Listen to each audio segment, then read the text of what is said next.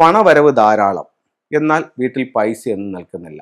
നമുക്ക് എന്തൊക്കെ കാര്യങ്ങൾ ശ്രദ്ധിക്കാം? ഒന്ന്, നിങ്ങളുടെ ഡേറ്റ് ഓഫ് ബർത്ത് അനുസരിച്ചിട്ട് നിങ്ങളുടെ ലക്കി ഡയറക്ഷൻസിലേക്കാണോ നിങ്ങൾ കിടക്കുന്നത് എന്നുള്ളത് ആദ്യം മനസ്സിലാക്കുക. അത് എങ്ങനെ മനസ്സിലാക്കാന്ന് വെച്ച് കഴിഞ്ഞാൽ, ഓരോ വ്യക്തിക്കും ഇവിടെയും ഡേറ്റ് ഓഫ് ബർത്ത് ഉണ്ട്. ആ ഡേറ്റ് ഓഫ് ബർത്ത് അനുസരിച്ചിട്ട് അവിടെ ഒരു കുവാ നമ്പർ ഉണ്ട്. ഈ കുവാ നമ്പർ കണ്ടുപിടിക്കുന്ന രീതി ഞാൻ നേരത്തെ പ്രോഗ്രാമുകളിൽ പറഞ്ഞിട്ടുണ്ട്. അപ്പോൾ അത്തരത്തിൽ ആർക്കെങ്കിലും എന്തെങ്കിലും ഡൗട്ട് ഉണ്ടെന്നുണ്ടെങ്കിൽ നമുക്കത് കൺസൾട്ടിംഗ് ആയിട്ട് എടുക്കാവുന്നതാണ്.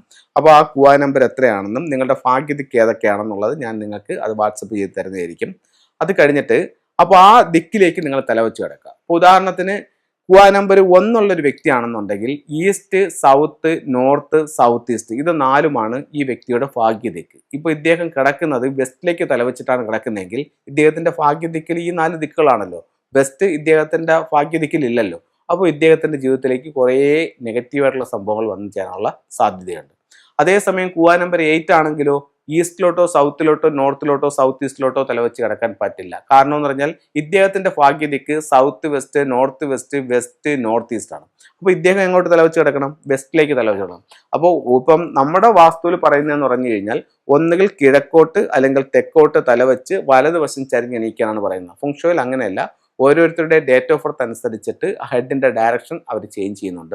അത് നമ്മൾ ഫോളോ ചെയ്താൽ നമുക്കറിയാം തീർച്ചയായിട്ടും അതിൻ്റെ വ്യത്യാസം എന്താണ്.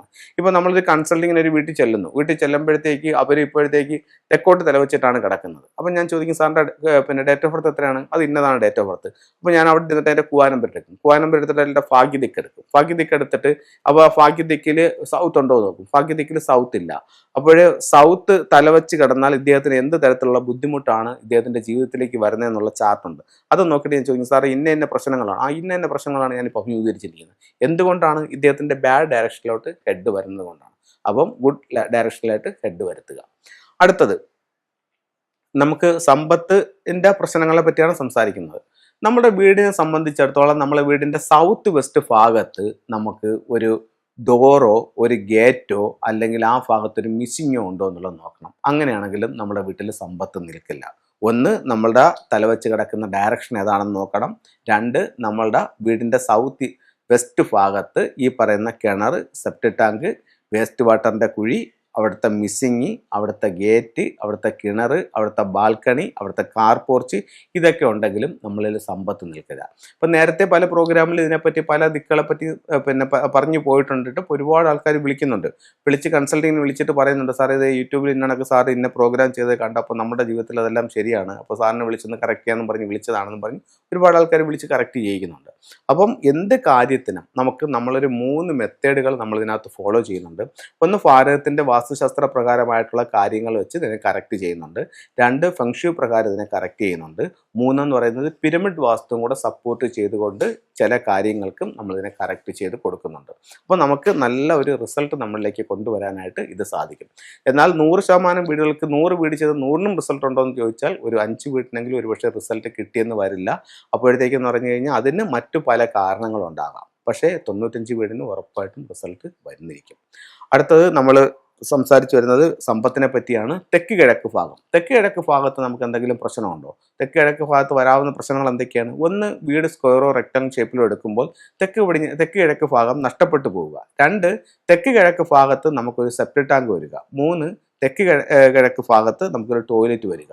ഇപ്പോൾ ചിലത് പറയും, സാറേ എൻ്റെ വീട്ടിൽ തെക്ക് കിഴക്ക് ഭാഗത്ത് ടോയ്ലറ്റ് ഒന്നുമില്ല, പക്ഷേ വീടിൻ്റെ പുറത്ത് വസ്തുവിൽ തെക്ക് കിഴക്ക് ഭാഗത്തൊരു ടോയ്ലറ്റ് ഉണ്ട്, അത് പ്രശ്നമാണോ എന്ന് ചോദിക്കും. ഉറപ്പായിട്ട് അതും പ്രശ്നമാണ്. വീട്ടിനകത്ത് ആ ദിക്കിൽ വന്നാലും വീട്ടിൻ്റെ പുറത്ത് വസ്തുവിൽ ആ ദിക്കിൽ വന്നാലും ഉറപ്പായിട്ടും നിങ്ങളത് സ്വാധീനിക്കും. ചിലർ പറയും, സാറേ എനിക്ക് വീട്ടിനോട് ചേർത്തല്ല, വീട്ടിൽ നിന്ന് ഒരു 10-15 അടി മാറി ആണ് എൻ്റെ സെപ്റ്റിക് ടാങ്ക് കിടക്കുന്നത് തെക്ക് കിഴക്ക് ഭാഗത്ത്, അതെന്നെ ബാധിക്കുമെന്ന് ചോദിക്കും. ഉറപ്പായിട്ടും ബാധിക്കും. ചിലർ പറയും, സാറേ അതിൻ്റെ ഇടയ്ക്ക് ഞാൻ ചെറിയ ഒരു സിമൻറ്റ് കട്ട വെച്ചിട്ട് ഒന്ന് കെട്ടിത്തിരിച്ചിട്ടുണ്ട്, അപ്പോൾ അത് ബാധിക്കുമെന്ന് ചോദിക്കും. ഉറപ്പായിട്ടും അതും ബാധിക്കും. എന്താണെന്ന് വെച്ച് കഴിഞ്ഞാൽ യഥാർത്ഥത്തിൽ ഒരു വാസ്തുമണ്ഡലം തിരിക്കുക എന്നുള്ളതാണ് പറയുന്നത്. തിരിക്കുക എന്ന് പറയുമ്പോഴത്തേക്ക് യഥാർത്ഥത്തിൽ ഒരു 2 അടി താഴ്ചയിൽ 2 അടി വീതിക്ക് അതിനൊരു വാനം തോണ്ടി പാറ കെട്ടിയിട്ടാണ് ഒരു വാസ്തുമണ്ഡലം കറക്റ്റ് തിരിയുന്നത്. പിന്നെ അതല്ലാതെ നമുക്ക് തിരിക്കാനായിട്ട് നമുക്ക് പിരമിഡുകൾ ഉപയോഗിച്ചുകൊണ്ട് അതിനെ കറക്റ്റ് ചെയ്യാനായിട്ട് സാധിക്കും. നമുക്ക് നല്ല റിസൾട്ടും അത് തരുന്നുണ്ട്. അപ്പം ഇത്തരത്തിലുള്ള ഓരോ കാര്യങ്ങളും നിങ്ങളൊന്ന് ശ്രദ്ധിച്ച് കറക്റ്റ് ചെയ്യൂ. നിങ്ങളുടെ പ്രശ്നം എന്താണെന്ന് നിങ്ങൾക്ക് മനസ്സിലാക്കാം. ഇനി ഇതൊന്നുമല്ല നിങ്ങളുടെ പ്രശ്നമെന്നുണ്ടെങ്കിൽ ഫെങ്ഷു പ്രകാരം നിങ്ങൾ കിടക്കുന്ന ബെഡ്റൂമിലെയോ വാതിലിലെയോ എന്തെങ്കിലും സ്റ്റാറുകൾ നിങ്ങളെ മോശമായി ബാധിച്ചിട്ടുണ്ടോ എന്നുള്ളത് നല്ലൊരു ഫെങ്ഷു കൺസൾട്ടിനെ കാണിച്ച് നോക്കുക. ഇത് ഇത്രയ്ക്കകത്ത് വെച്ച് നിങ്ങളുടെ പ്രശ്നം എന്താണെന്ന് കണ്ടുപിടിക്കാൻ സാധിക്കും. അതിനെ കറക്റ്റായിട്ട് നിങ്ങൾ റെമഡി ചെയ്യൂ, നിങ്ങൾക്ക് ഉറപ്പായിട്ടും മാറ്റങ്ങളുണ്ടാവും. നമുക്ക് ഫെങ്ഷുയുടെ ചില ടൂളുകളിലേക്ക് പോകാം. ഇപ്പോൾ നമ്മൾ ഡേറ്റ് ഓഫ് ബർത്തുമായിട്ട് കൂവാ നമ്പറിനെ പറ്റി സംസാരിച്ചു. അപ്പോൾ അതിൻ്റെ കൂട്ടത്തിൽ പറയേണ്ട മറ്റൊരു കാര്യം എന്ന് പറയുന്നത്, നമ്മളുടെ ഓരോരുത്തരും ജനിച്ച വർഷത്തിൽ നമുക്കൊരു ഫെങ്ഷുയിൽ ഒരു അനിമൽസ് ഉണ്ട്. അപ്പോൾ ചിലർ പറയും, സാറേ എൻ്റെ അനിമൽ ഇന്നതാണെന്ന് പറയും. അത് ഫെങ്ഷുയുടെ അനിമൽ അല്ല അവർ പറയുന്നത്.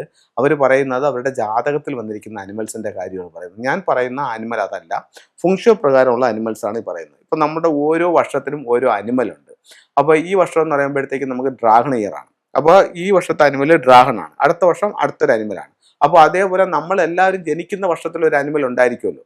അപ്പോൾ നമ്മളുടെ ഡേറ്റ് ഓഫ് ബർത്ത് അനുസരിച്ചിട്ട് ആ അനിമൽ ഏതാണെന്ന് കണ്ടുപിടിക്കുക. ഓരോ അനിമലിനും ഒരു രഹസ്യ സുഹൃത്തുണ്ട്. ഇപ്പോൾ ഡ്രാഗന്റെ സീക്രട്ട് ഫ്രണ്ട് അല്ലെങ്കിൽ രഹസ്യ സുഹൃത്ത് എന്ന് പറയുന്നത് റൂസ്റ്ററാണ്. അങ്ങനെ ഓരോ അനിമലിനും ഉണ്ട്. ഇപ്പം ഇതാണ് ഈ അനിമൽ കാർഡ് എന്ന് പറയുന്നത്. ഇതിലെന്ന് പറഞ്ഞു കഴിഞ്ഞാൽ ഇതൊരു ചെറിയ നമ്മളെ ATM കാർഡിന്റെ പകുതിയുള്ള ഒരു കാർഡാണ്. അപ്പോൾ ഇത് ഒരു റെഡ് കളറിലാണ്. ഇതിനകത്ത് നമുക്ക് ഈ 12 അനിമൽസിൻ്റെയും ഇതിനകത്തുണ്ടായിരിക്കും. ഇതിപ്പോൾ മങ്കിയുടേതാണ്. അപ്പം ഇത് നമ്മൾ ഇത് എടുക്കുമ്പോൾ ഇതിനകത്ത് ഇത്തരത്തിലുള്ള ഒരു ചെറിയ ഗോൾഡ് പ്ലേറ്റ് ചെയ്തിട്ടുള്ള ഒരു കാർഡുണ്ട്. ഇതിനകത്ത് ഒരു സൈഡിൽ ഗ്രീൻ താര എന്ന് പറഞ്ഞിട്ട് ഗോഡിന്റെ ചിത്രവും ഒരു സൈഡിലെന്ന് പറയുമ്പോഴത്തേക്കും നമ്മളുടെ അനിമലിന്റെ ചിത്രവുമായിരിക്കും. ഇപ്പം ഇതാണ് നമ്മുടെ കൈവശം സൂക്ഷിക്കേണ്ടത്. ഇപ്പം മങ്കിയുടെ സീക്രട്ട് ഫ്രണ്ട് ഏതാണെന്ന് വെച്ച് കഴിഞ്ഞാൽ സ്നേക്ക് ആണ്. അപ്പോൾ ഈ ഒരു കാർഡും സ്നേക്കിന്റെ ഒരു കാർഡും കൂടെ കൈവശം സൂക്ഷിക്കാം. ഇപ്പോൾ ഇത് 12 അനിമൽസ് ആണ് വരുന്നത്. ഇത് വന്നിട്ട് മങ്കി വന്നിട്ടുണ്ട്. ഇതിപ്പോൾ അടുത്ത അനിമൽസ് ടൈഗർ വന്നിട്ടുണ്ട്. അത് അടുത്ത അനിമൽസ് റാറ്റ് ആണ്. അടുത്ത അനിമൽ വരുന്നത് നമ്മളുടെ ഡ്രാഗൺ ആണ് ഈ വർഷത്തെ അനിമൽ. അടുത്ത അനിമൽ വന്നിരിക്കുന്നത് ഓക്സ് ആണ്. അടുത്ത അനിമൽ വന്നിരിക്കുന്നതെന്ന് പറയുമ്പോഴത്തേക്ക് ഡോഗാണ്. അടുത്ത അനിമൽ വന്നിരിക്കുന്നത് ഷീപ്പാണ്. അടുത്തത് റൂസ്റ്റർ ആണ്. അതിൻ്റെ അടുത്ത അനിമൽസ് വന്നിരിക്കുന്നത് റാബിറ്റ് ആണ്. അടുത്ത അനിമൽ വന്നിരിക്കുന്നത് ഹോഴ്സ് ആണ്. അടുത്തത് വന്നിരിക്കുന്നത് സ്നേക്ക് ആണ്. അടുത്തത് പിഗ് ആണ്. അങ്ങനെ 12 അനിമൽസ് ഉണ്ട്. ഓരോ അനിമൽസിനും ഒരു സീക്രട്ട് ഫ്രണ്ട് ഉണ്ട്. അപ്പോൾ നിങ്ങളുടെ അനിമലിൻ്റെ കാർഡും സീക്രട്ട് ഫ്രണ്ടിൻ്റെ കാർഡും കൂടെ കൈവശം സൂക്ഷിക്കുക. എന്ത് കാര്യത്തിനും അദൃശ്യമായിട്ട് ഒരു സപ്പോർട്ടിങ് ഉണ്ടായിരിക്കും. ഒരു ദോഷപ്പെട്ട സമയമാണെങ്കിലും അതിനെ അതിജീവിക്കാനായിട്ട് ഈ കാർഡ് കൊണ്ട് സാധിക്കുമെന്ന് പറയുന്നുണ്ട്. നല്ല റിസൾട്ട് കിട്ടുന്നുണ്ട്. നിങ്ങൾക്ക് എല്ലാവർക്കും ഇതൊന്ന് പരീക്ഷിച്ച് നോക്കാവുന്നതാണ്. എല്ലാവർക്കും എല്ലാ ഐശ്വര്യങ്ങളും ഉണ്ടാവട്ടെ എന്ന് പ്രാർത്ഥിച്ചുകൊണ്ട് നിർത്തുന്നു. നന്ദി, നമസ്കാരം.